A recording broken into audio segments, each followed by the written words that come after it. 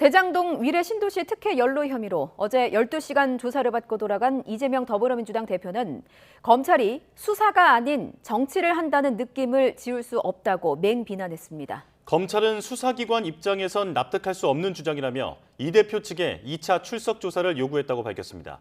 취재기자 연결합니다. 나혜인 기자.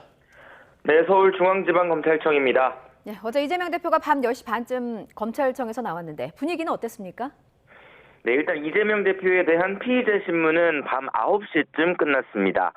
검찰은 이 대표 측에서 심야 조사에 동의하지 않았다고 밝혔습니다. 이어 이 대표는 신문 내용이 적힌 조서를 열람한 뒤에 밤 10시 반쯤 청사를 나와 곧장 귀가했습니다. 조사 분위기가 어땠는지는 먼저 이 대표 말부터 들어보시죠. 윤석열 검사 독재 정권의 검찰답게 역시 수사가 아닌 정치를 하고 있었다는 느낌이 듭니다.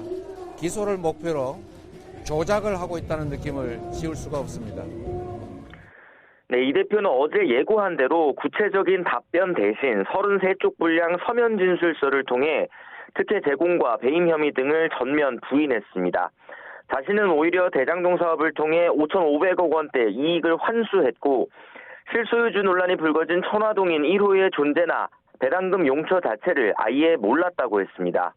하지만 검찰은 서면 진술서엔 당사자의 주장만 있지 정작 수사할 내용은 들어있지 않다며 이 대표 측 입장과 상관없이 100쪽 넘는 질문지를 토대로 질문을 계속 이어간 것으로 전해졌습니다. 네, 검찰은 일단 추가 조사가 필요하다는 입장이죠. 네, 검찰은 어제 조사가 끝날 무렵 이 대표 측에 2차 출석 조사를 요구했다고 밝혔습니다. 구체적인 날짜는 함구했는데 처음 소환 통보할 때처럼 여러 날짜를 구두로 제시한 것으로 전해졌습니다. 검찰은 일단 대장동 개발이 오랜 기간 진행된 사업인 만큼 조사할 범위와 분량이 상당히 많다고 강조했습니다. 그러면서 기존 대장동 일당의 공소장만 봐도 내용이 방대하고 이 가운데 본인이 관여된 부분을 확인하는 건데 진술서만 내고 가름하겠다는 게 문제인지 당시 최종 결재권자에게 보고와 승인 과정을 상세히 조사하겠다는 게 문제인지 판단해달라고 했습니다. 검찰 관계자는 또 기소를 위한 조작 수사라는 이 대표의 말에 대장동 개발 당시 특혜가 있었다는 건 논란의 여지가 없다고 일축했습니다.